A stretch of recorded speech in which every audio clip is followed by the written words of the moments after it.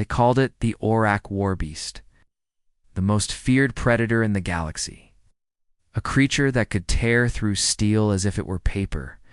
But that night, under the cold stars of Valanine, it did something no one had ever seen before. It placed its deadly claws on the ground and bowed. At its feet were two tiny alien cubs, shivering in the thin night air. And standing before it was a single human, Captain Elias Ward. The alarms were still screaming. Soldiers, aiming rifles, hands trembling. But the Warbeast didn't attack. It looked at Elias, placed the cubs in front of him, and stepped back. The question burned in every mind that night. Why would one of the deadliest creatures alive trust its children to a human? The night shift on Valanine was usually quiet, too quiet. Elias had grown used to the hum of the outpost's perimeter shields, the low hiss of oxygen recyclers, and the occasional burst of static from the long-range comms. Nothing ever happened here, and that's why he'd taken the post. No politics. No big wars, just the edge of human space, the endless silence of the frontier. But tonight, the silence was broken. The first warning came as a low rumble under the floor. At first, Elias thought it was seismic activity, the planet's crust shifting again. But then the rumble became footsteps, heavy, slow, too deliberate to be. An earthquake? Perimeter breach? Sector 6. A voice shouted over the comms. Elias grabbed his rifle and ran to the watch deck. Through the viewport, the darkness outside looked thicker than usual, like it was hiding something. Then the alarms erupted, red lights spinning, sirens cutting through the cold air, shapes moved beyond the shield line, big shapes, and then, it stepped into the light. An Orrak Warbeast.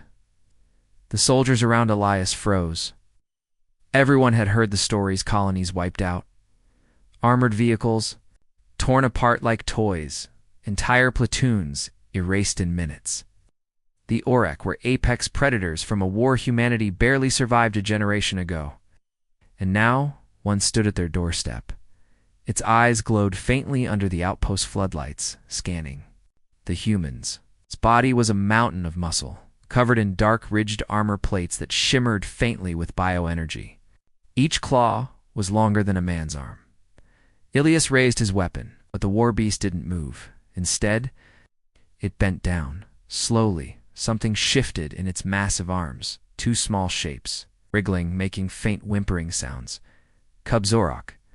Cubs. Elias felt the air in the control room change. The soldiers weren't sure whether to lower their weapons or fire before it was too late. The Warbeast stepped forward, each movement slow, deliberate, as if it didn't want to frighten. Then its gaze locked on Elias, and in one smooth motion, it set the cubs down in front of him. The little ones looked so different from the monster towering over them. Their fur was soft, patterned with faint silver markings. Their eyes were wide, curious, almost innocent. Elias's grip on his rifle tightened. He didn't understand. Why him? Hey, why now? And then the Warbeast did something that sent a shiver down his spine. It bowed. Its massive head lowered until its tusks almost touched the ground. Its claws dug into the soil. But not in aggression. It was a gesture of submission. Or trust? No one moved. Even the sirens seemed distant now. The Warbeast straightened slowly, looked down at Elias one last time, and stepped back. For a heartbeat, Elias thought it might attack after all. But instead, it turned. And without a sound, it vanished into the darkness beyond the floodlights. The cubs stayed where they were, shivering, watching him. The silence after the Warbeast left was almost worse than its arrival. Elias lowered his weapon, scanning the shadows, expecting it to return. Captain. One of the soldiers whispered over the comm. What do we do with them? That was the question, wasn't it? He could order them destroyed. The Orrak were dangerous even as younglings, but something in their small, uncertain eyes stopped him. Elias stepped forward, crouching to meet their gaze. The cubs didn't hiss or bare their teeth. Instead, one of them reached out a tiny claw, touched his hand. It was warm, alive, and trembling. He sighed. "Get them inside," he said. "Now." The soldiers exchanged uneasy glances, but obeyed. Inside the outpost, Elias had them placed in a secured observation room. The medical scanner showed elevated heart rates. They were frightened, but unharmed. He tried to feed them ration paste, but they turned their noses up until he brought in water. They drank greedily. As the hours passed, Elias found himself pacing. Why had the Warbeast brought them here? Why risk walking into a human stronghold? And why bow to him? The more he thought about it, the less sense it made. The Orrak were proud. They never asked for help. They certainly didn't trust humans. By dawn, Elias had decided to keep the cubs hidden, so no one outside the outpost could know. If word spread, they'd be taken. Or worse, he didn't know it yet. But that decision would change everything. Far away, in the darkness beyond Valentine's mountains, the Warbeast watched. Its glowing eyes narrowed. It had given its most precious treasure to a human. And soon the galaxy would learn why. They were small, innocent, almost harmless. But Elias knew the truth. If anyone discovered the alien cubs, he was hiding. It wouldn't just be his life at risk. It would be the entire outpost. The Orrak Warbeast had trusted him. Him, a human with its young. Now strange ships were lurking near Valentine, its voices whispering on the cums and the cubs. Were starting to show signs of intelligence no one had predicted. Someone out there wanted them. Elias had no idea how far they would go. To get them, the days after the Warbeast's visit were tense. Captain Elias Ward didn't sleep much anymore. Every creak of the station's metal walls, every flicker in the perimeter lights, made him reach for his rifle. The cubs were kept in the old quarantine wing far from the main crew quarters. Only Elias and 2 trusted medics were allowed inside. To the rest of the outpost, the room was under maintenance. At first, the cubs wouldn't come near him. They stayed huddled in the corner, watching with those bright, unblinking eyes. But hunger has its own language. And when Elias brought real food strips of rehydrated protein and fresh water, they crept forward. The smaller one, with a silver streak down its back, was bolder. It sniffed the food, glanced up at him, and took it from his hand. Others stayed close, eyes darting between its sibling and the human.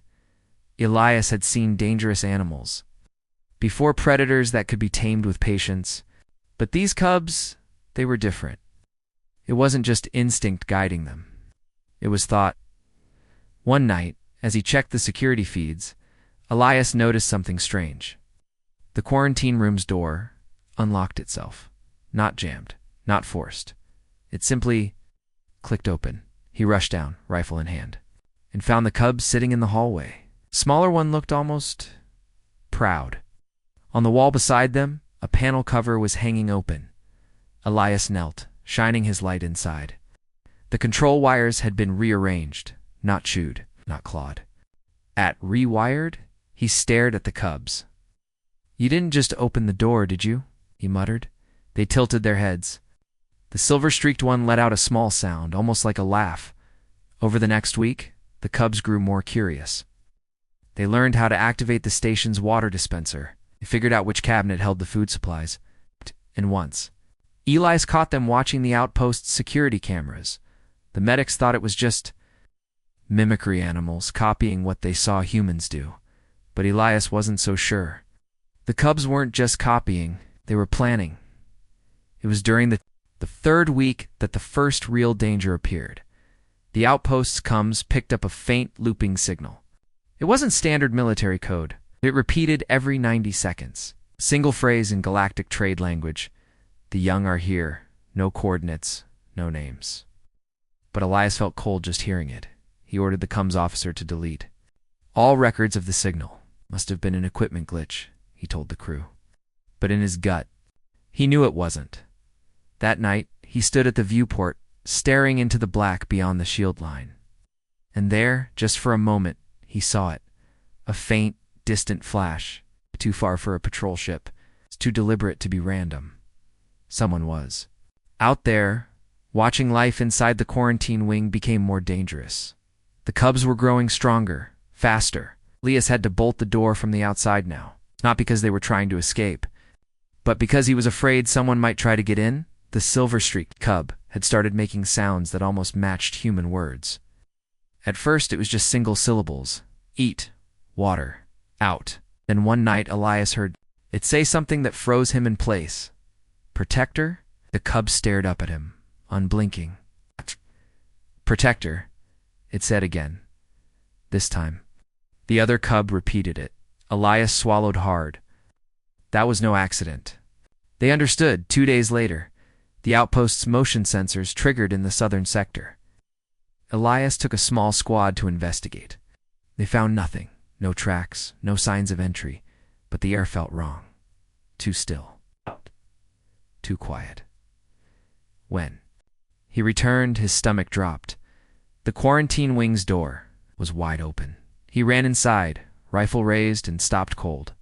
The cubs were fine, but the room was a mess. Storage crates overturned, medical tools scattered across the floor, and on the wall, carved deep into the paneling, were 3 claw marks. Not from the cubs. These were too large, too deep. That night, Elias doubled the guard around the wing. He didn't tell the crew what he'd seen. He didn't have to. Rumors were already spreading about monsters hidden in the station. Elias knew it was only a matter of time before someone put the pieces together. The cubs weren't just a curiosity. They were a target. On the 4th week the first attack came. It started with a power failure. The shields flickered, went dark, for 3 seconds, then came back. That was all it took. The station's long-range sensors detected 3 ships entering orbit. No identification codes, no response to hails. They stayed just far enough to avoid direct engagement. The crew was nervous. The cubs were restless. That night, Elias sat in the quarantine room, trying to calm them. The silver-streaked one curled against his leg. The other paced the room, ears twitching at every sound. You're safe here, Elias whispered. But even as he said it, he wasn't sure. The next morning, the mysterious ships were gone. No jump signature. No trail. Just gone. Elias knew better than to believe they'd left for good. By the end of the month, Elias had made his decision. He couldn't keep the cubs here forever. Too many eyes were watching. Too many whispers in the cums. The Warbeast had chosen him for a reason. He didn't know why yet, but he knew one thing. He had to keep them alive, no matter the cost. And as he stood at the viewport again that night, the silver-streaked cub padded up beside him. It looked out at the stars, then at him, and said a single word, home.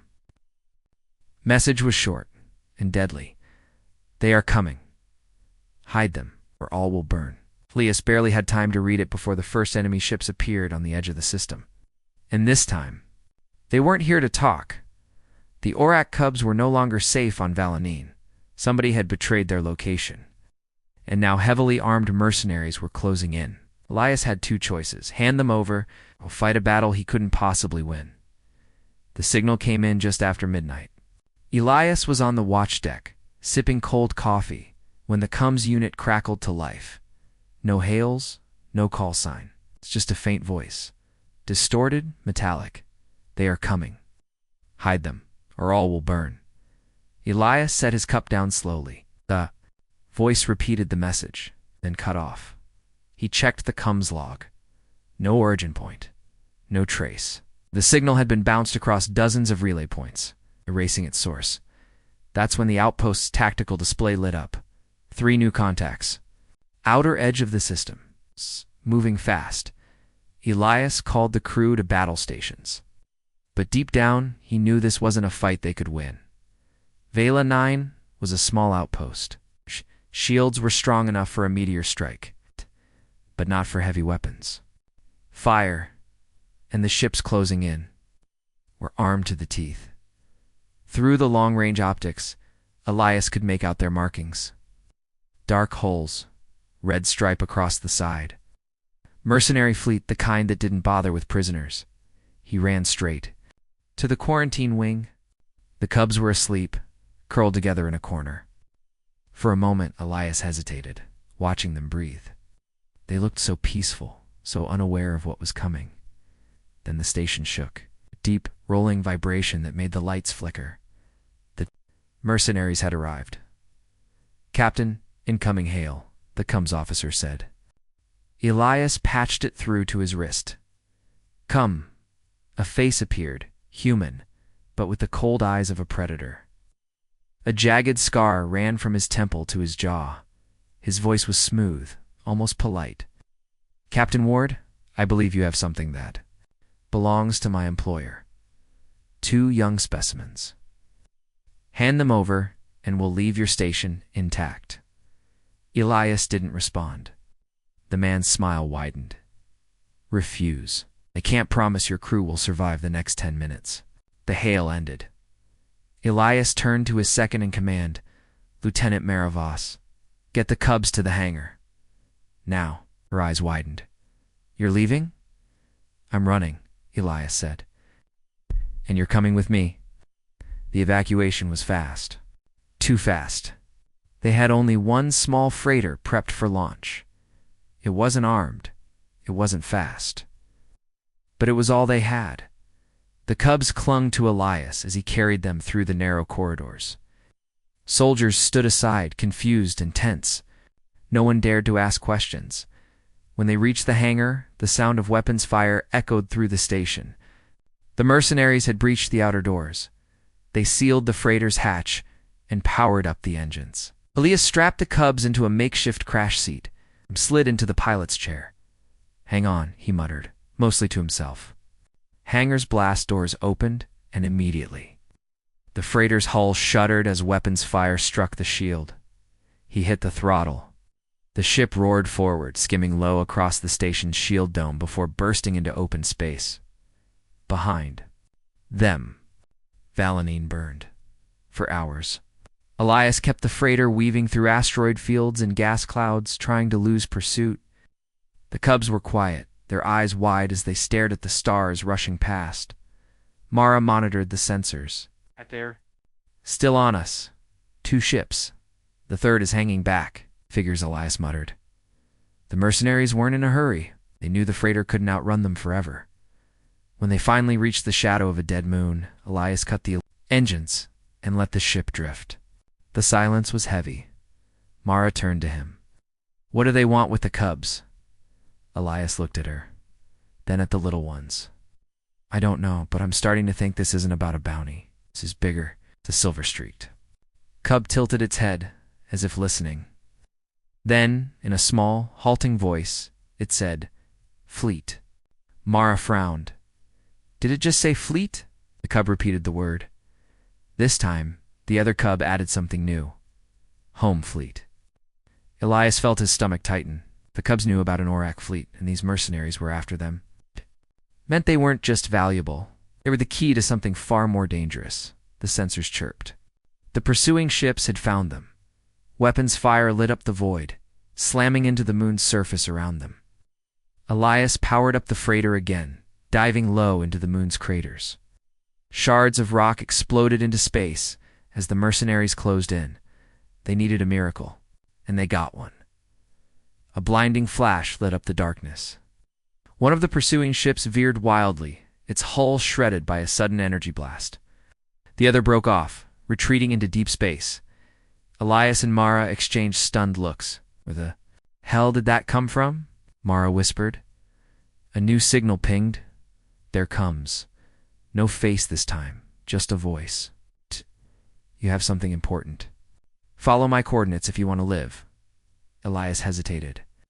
Trusting strangers wasn't in his nature, but right now, there wasn't much choice. He set the freighter's course as they slipped into the cover of a dense asteroid belt. Elias glanced back at the cubs. They were curled together again. But one eye from the silver-streaked one was still open, watching him. Somehow he knew they understood exactly what was happening, and for the first time, he wondered if they were, leading him just as much as he was protecting them. The station was gone, burned to drifting ash. Elias had one stolen freighter, 2 alien cubs, and the entire galaxy hunting him. But somewhere out there, the Warbeast Queen was watching. She was waiting to see if the human could survive. The cubs weren't safe anywhere now. Enemy fleets had a scent. every port, every station. Could be a trap. If Elias failed, the Cubs would be taken, and the galaxy would fall into a war no one could stop. The asteroid belt was thick with dust and shadows. Elias kept the stolen freighter moving slow, hugging the big rocks for cover. Mara sat beside him, watching the scanners.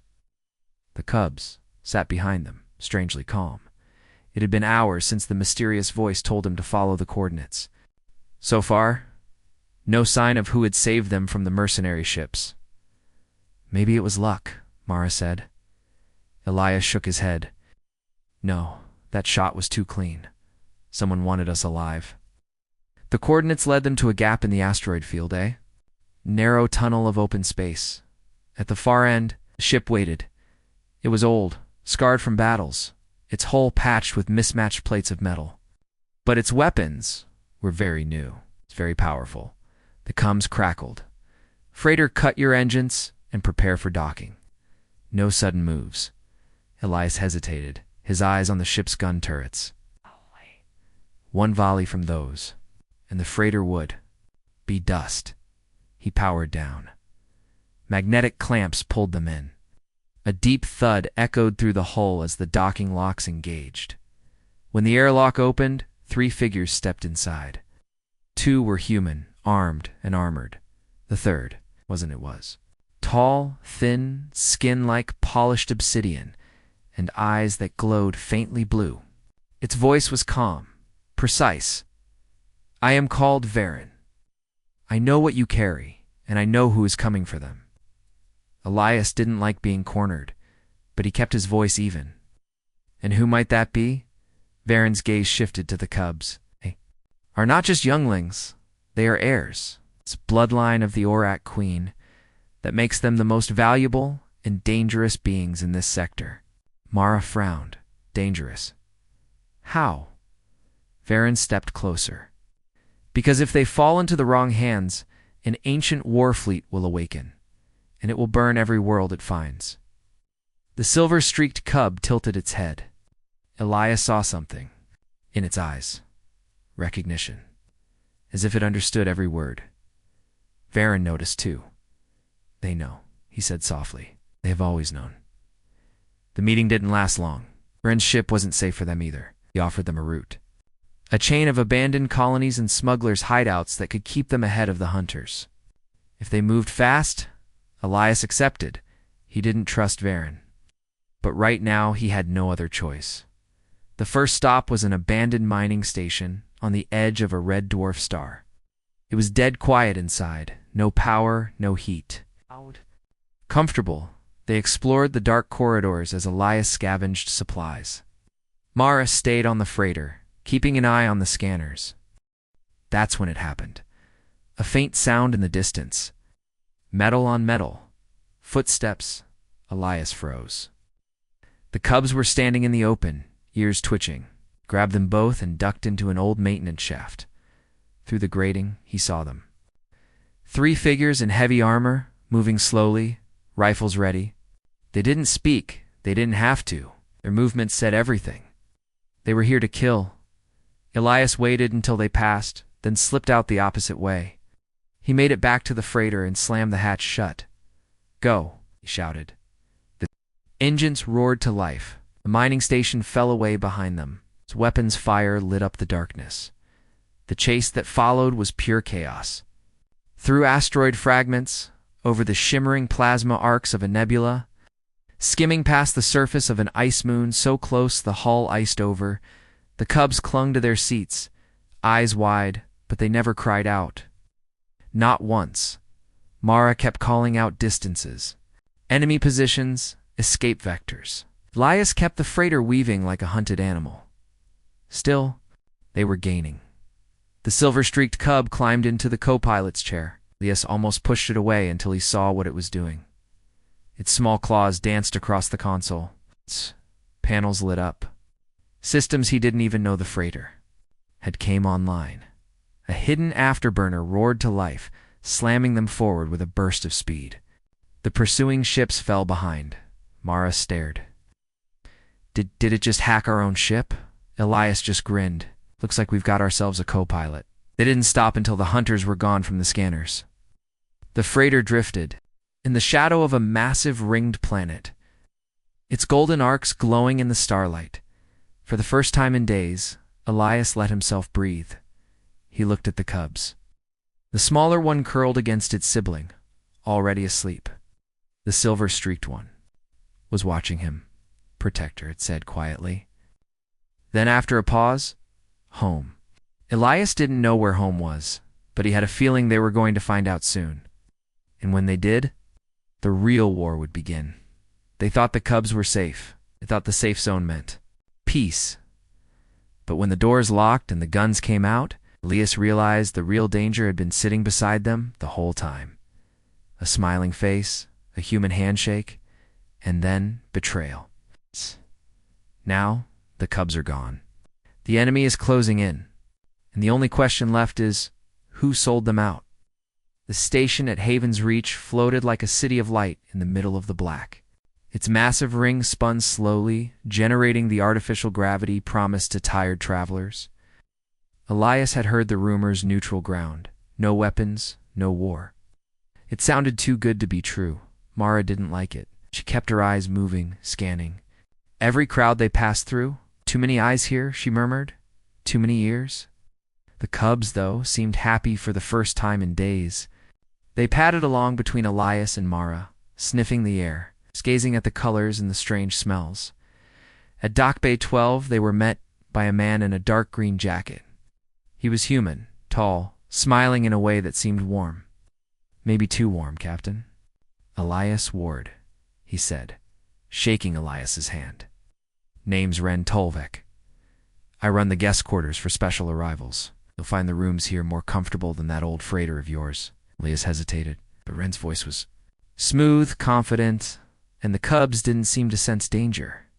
At least, not yet. The quarters were better than expected. Real beds, fresh food, even hot water for the first time since Valenine. The cubs curled up in a corner together.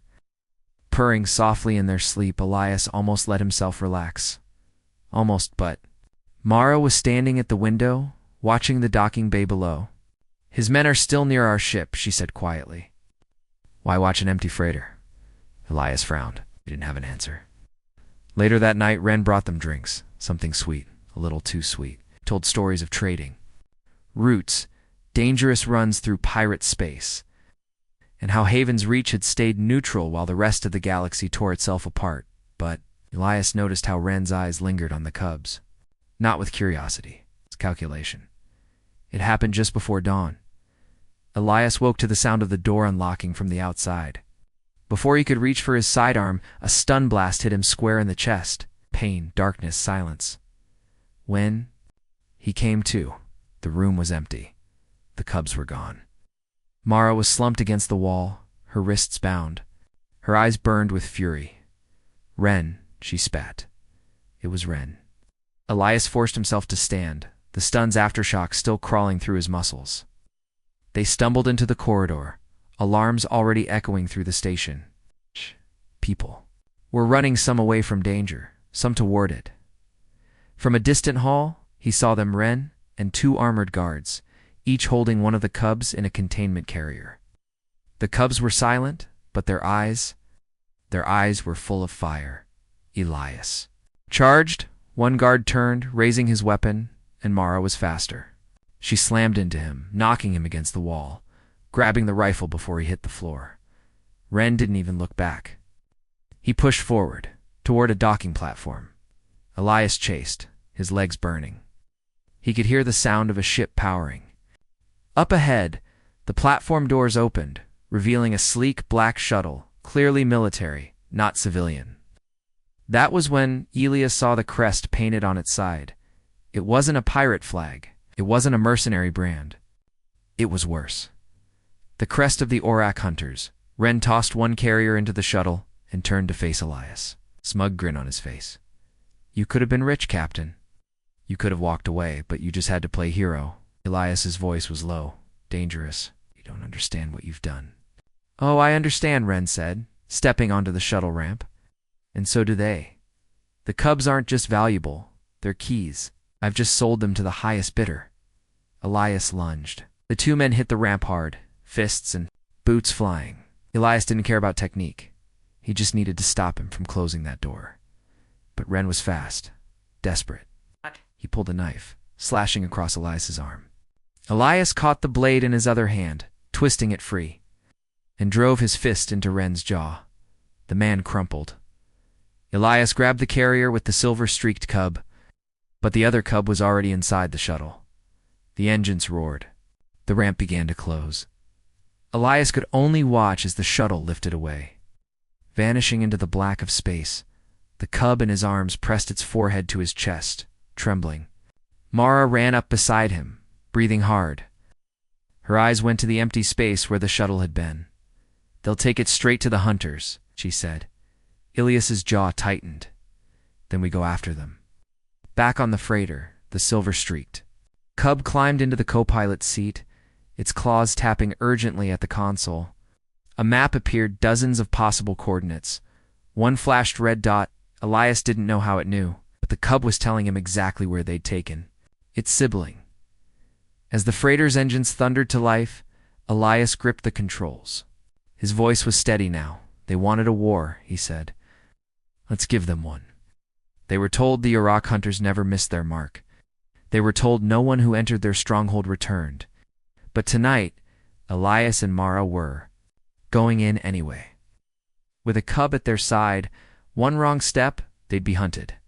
One wrong word, they'd be executed. The only one who knew the way was a cub who had never seen war before. The freighter's hull groaned as it slipped out of hyperspace. The stars ahead burned an angry red, the way they did near dying suns. Elias gripped the console, eyes locked on the massive structure floating. In orbit below, it wasn't a station, it wasn't a ship, it was both a colossal ring wrapped around a central tower. Bristling with weapons, the hunter's den.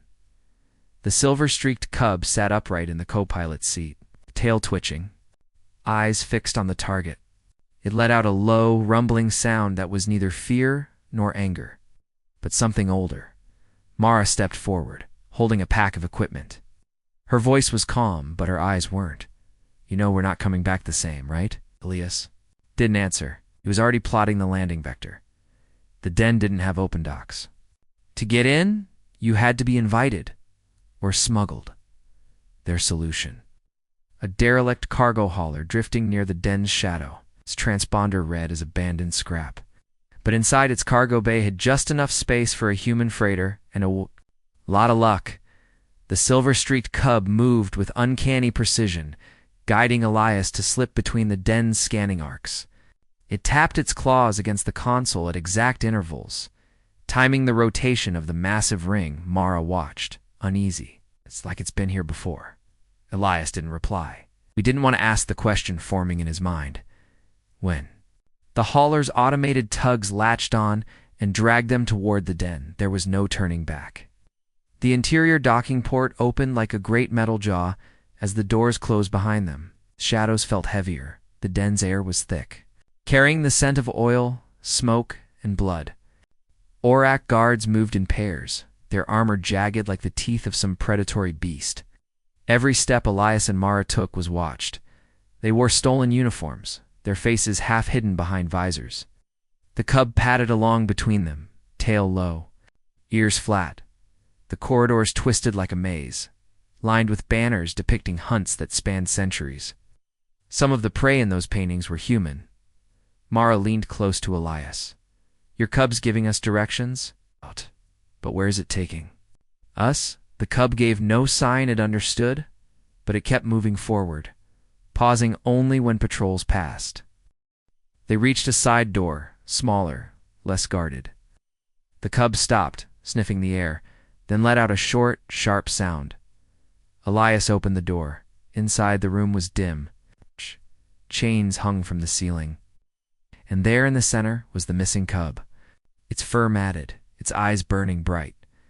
Elias moved forward fast, but stopped when he saw the figure standing in the shadows. Not an Orrak, a human, a woman. Tall, scarred, her eyes cold as ice. She wore the crest of the Orrak Hunters like she'd earned it. "Captain Ward," she said softly. I was wondering when you'd come." Mara's hand twitched toward her weapon. The woman didn't flinch. "You think you're rescuing that cub?" she said, stepping closer. "But you've got it backwards. That cub is the bait, and you're the prey." From the corners of the room, Orrak hunters emerged, weapons raised. The silver-streaked cub growled low, stepping in front of Elias. The other cub's gaze flicked to it, and something unspoken passed between them. Then, both cubs moved at once. The room erupted into chaos. Chains whipped through the air as the cubs leaped onto the nearest Orrak. Elias fired, dropping one guard, while Mara slammed another into the wall. The human woman didn't move. She just smiled, like this was the outcome she'd been hoping for. Elias reached the captured cub, cutting its restraints. But as he lifted it, alarms roared through the den. The woman stepped back into the shadows. "Run if you like," she said. "We'll find you again. We always do." Elias didn't waste time with threats. He and Mara burst into the corridor, both cubs in their arms, sprinting for the nearest access hatch. The den's walls shook with the sound of pursuit. They dove into a maintenance tunnel, metal ringing under their boots. Behind them, the roar of the hunters followed. The freighter's hatch slammed shut. Engines screamed as they blasted away. From the den, red tracer fire streaking past. In the cockpit, Elias glanced back at the cubs. They were together again, touching foreheads. But their eyes were still locked on him, not with gratitude. With warning, chased by the deadliest pilots in the galaxy, trapped in an asteroid field that could crush their ship in seconds. Two alien cubs who seemed to know every turn before it came. This wasn't an escape. This was a gamble with death. The den's weapons fire still echoed in Elias's ears as the freighter plunged into darkness. Behind them, the hunter ships fanned out, sleek, black vessels shaped like fangs.